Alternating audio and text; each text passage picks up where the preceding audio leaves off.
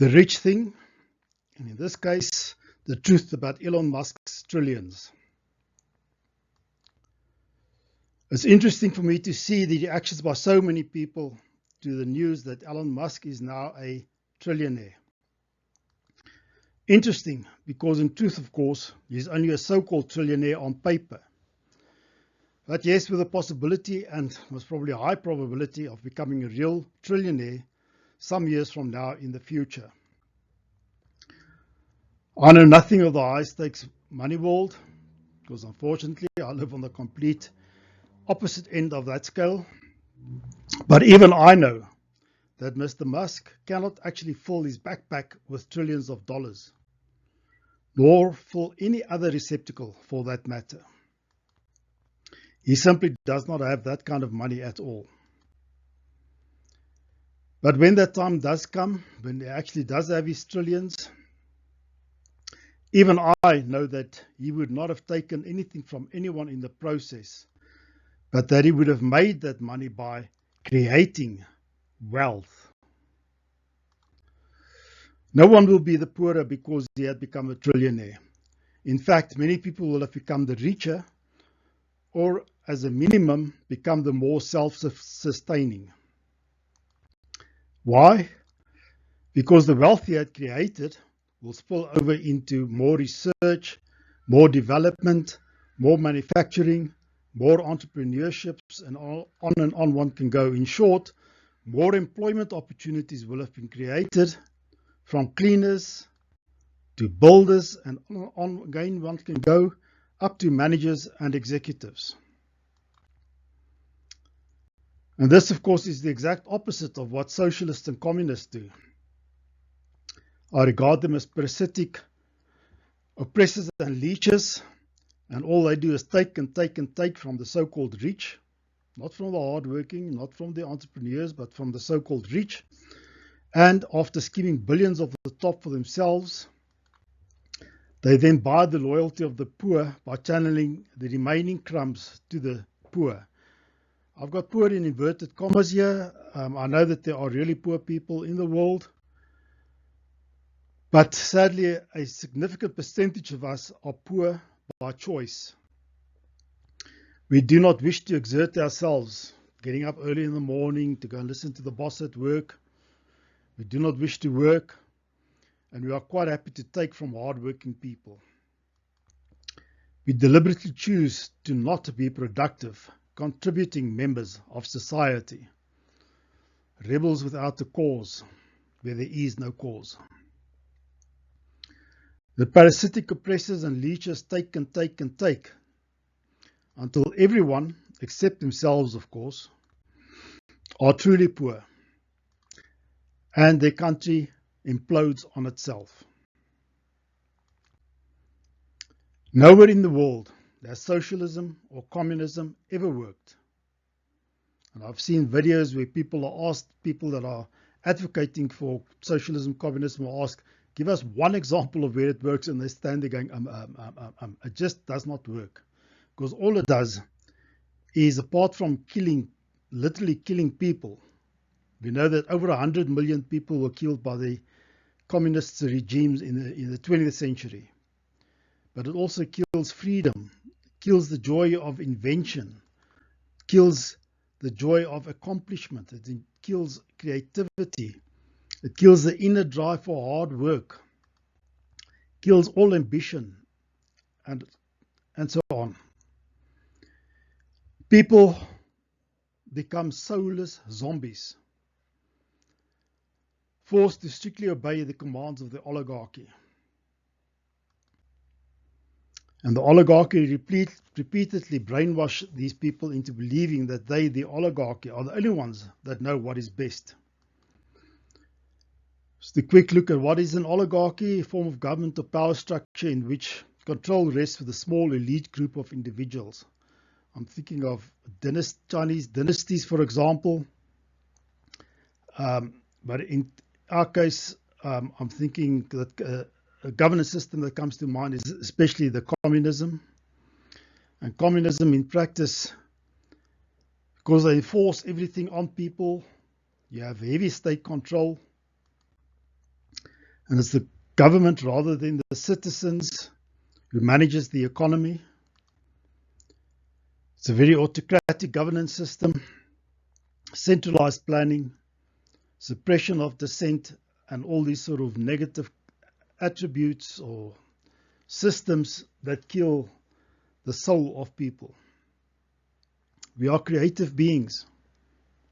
Communism does not work with the creative being. So you end up with a society continuously subjected to propaganda, misinformation, disinformation because all of the brainwashing that has to be done. A society that stagnates. When I was mulling these things over in June, there was a protest march in South Africa in June, where the youth were marching for more jobs. And I was reflecting on this and wondering, where do they expect the jobs to come from? South Africa has the kind of government that, unbelievably, the American socialists, leftists are now wanting. A socialist, communist government with all the DEI and all the woke agenda issues thrown in. And South Africa's unemployment rate for the youth is in the 60%. Less than 4 out of every 10 of the youth have jobs. The other 6 are sitting at home doing what? It's quite incredible, but they keep voting in this government, socialist communist government. And America wants a government like this. And it only ends up with a society that stagnates. Crime rate in South Africa is of the highest in the world because of this high unemployment rate. Unbelievable. But God, in His eternal wisdom, understands these basic principles. And He tells us in His loving word that He has made provision for this by anointing us to create wealth. Not covet wealth, not steal wealth, not redistribute wealth, but to create wealth. His whole kingdom operates on this principle of abundance creating more abundance. If one just thinks of how many seeds there are in a tomato and in an apple, each capable of producing new life and therefore new wealth. How many acorns in one oak tree? It's just abundance.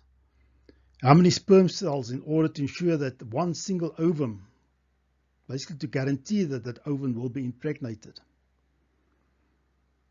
And it's an astounding figure. You don't have to Google it. It's 40 million to 200 million sperm cells just to ensure that one ovum is impregnated. And which in turn then brings forth beautiful new life, and through that new life brings forth new discoveries, new inventions, and ultimately new prosperity, or we can call it wealth.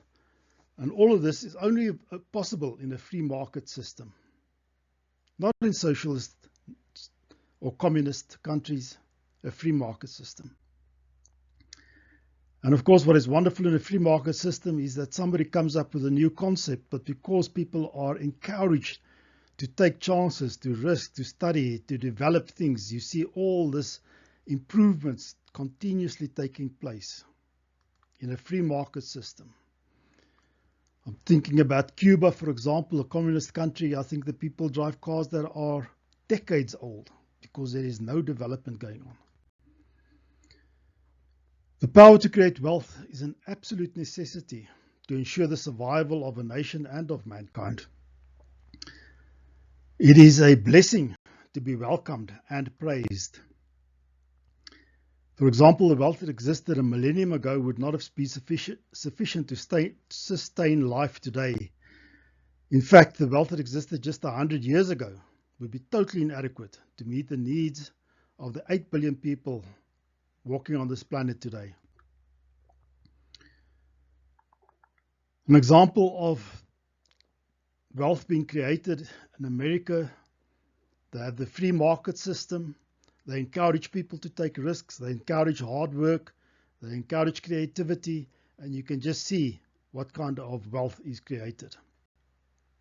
And of course, that wealth then goes into helping other people. So this is foreign aid from the United States of America, $72 billion in this example. And the United Nations says that that makes up 40% of all funding for international aid. So I don't know how many countries there are in this world, but there are many countries, and one country, America, contributes 40% of that aid, nearly half. And of course, because of the wealth that's been created, America is then also able to put in social security, health, Medicare, national defense, income security, veterans benefits and services, education, and on one can go. This doesn't fall from the sky. This comes from a free market system where people are encouraged to create wealth. So I find it wondrous to see how this blessing from God is keeping abreast with the needs of an ever-growing global population. God in all his wisdom. Let's go back to Mr. Musk. It would be interesting to know what his initial motivation was to start out on the path he had taken. Was it to add value by meeting the needs and demands he had identified? Or was it solely for himself to make money, have a nice car, house, expensive clothes, and so on? It would be interesting for me to know. And how did he start up? What resources and finances did he have in starting his journey to make his first thousands, tens of thousands, hundreds of thousands, millions, and now his billions? All this by creating wealth. Not taking from anyone, but actually creating wealth. It will also be interesting to know what price he had to pay, sacrifices he had to make to stay on the path he had taken. For example, how many 12 to 16-hour working days did he have to put in? How many sleepless nights? How many costly wrong decisions? Mental strain, marital strains, strains on relationships, marital, family, friendships, and on one can go. Sacrifices that he had to make. All this in order to create wealth that has benefited hundreds of thousands and even millions of people. It is interesting for me to consider how these people have benefited from him. Benefited from his products, and benefited from the wealth that he had created. Not only personal income to employees, wages and so on, but also the taxes raised by the government from that income. And taxes generated from the companies that had to be started up. How many companies across the world had to be started up to do research, development, engineering, manufacturing, assembling, distribution, marketing, maintaining, servicing, etc., all across the world. How much income from taxes have been generated from that? And of course, one cannot fixate only on the financial benefits.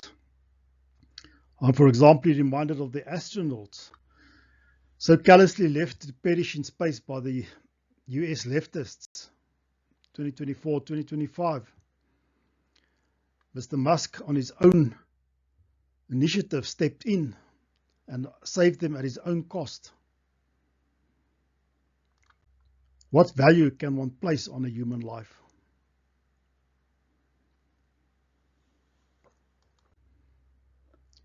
But what about technology? Developed by him, bought by him, being used by people, billions, to hear the truth of events that are occurring across the world daily.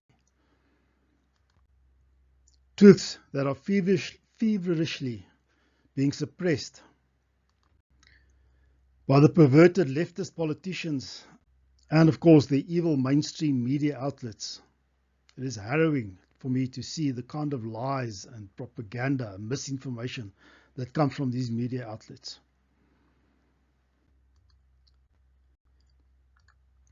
So what value can one place on human freedom? Freedom to know the truth,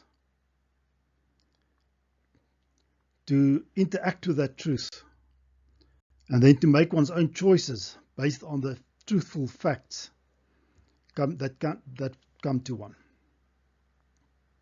I don't think there's any price one can place on that, except if you're a leftist. So please do not envy Mr. Musk's wealth. If you must envy his ability to create wealth. Then pray for that ability and power to be actualized in yourself and in others that you wish to help. So please do not curse yourself by living in a state of envy. Hatred is much more harmful to the hater than to the one being hated. Do not curse yourself by living in a state of envy. I wish I'd understood these principles when I was younger. I grew up in the back streets of life where we were always told that the rich people are somehow unethical and warped and things like that. Therefore money was bad and evil. Some people might be thinking that I've got some kind of association with Mr. Musk. Just to say that I do not know him, no association or affiliations with him, never met him, don't move in his world, so I'll never will meet him. But he's created wealth, and so where credit is due, give the credit. So that's it. We must not envy people who are blessed to create wealth. We must not curse them, not find all kinds of justifications to steal their hard-earned wealth for ourselves or for anyone else. We're robbing other people of the opportunity to develop themselves if we just give them money. Under the pretext of destructive socialism and communism. I've mentioned it before, but it's worth mentioning again. In the 20th century alone, over 100 million people were killed under communist regimes. We must, in gratitude, acknowledge the innate blessing of creation to produce wealth, and then pray for this blessing to be actualized in ourselves and in others. There's enough to share, to go around. We must continuously remind ourselves that the blessing to create wealth comes directly from God for sustaining the existence of the human race and those resources that are used for wildlife, for the ecology, and on one can go. And I want to leave you with the thought, with words that I think come straight from God's heart, spoken through the lips of St. Paul, but I think it comes straight from God's heart. Beloved, I wish above all else that you prosper and be in good health, even as your souls prosper.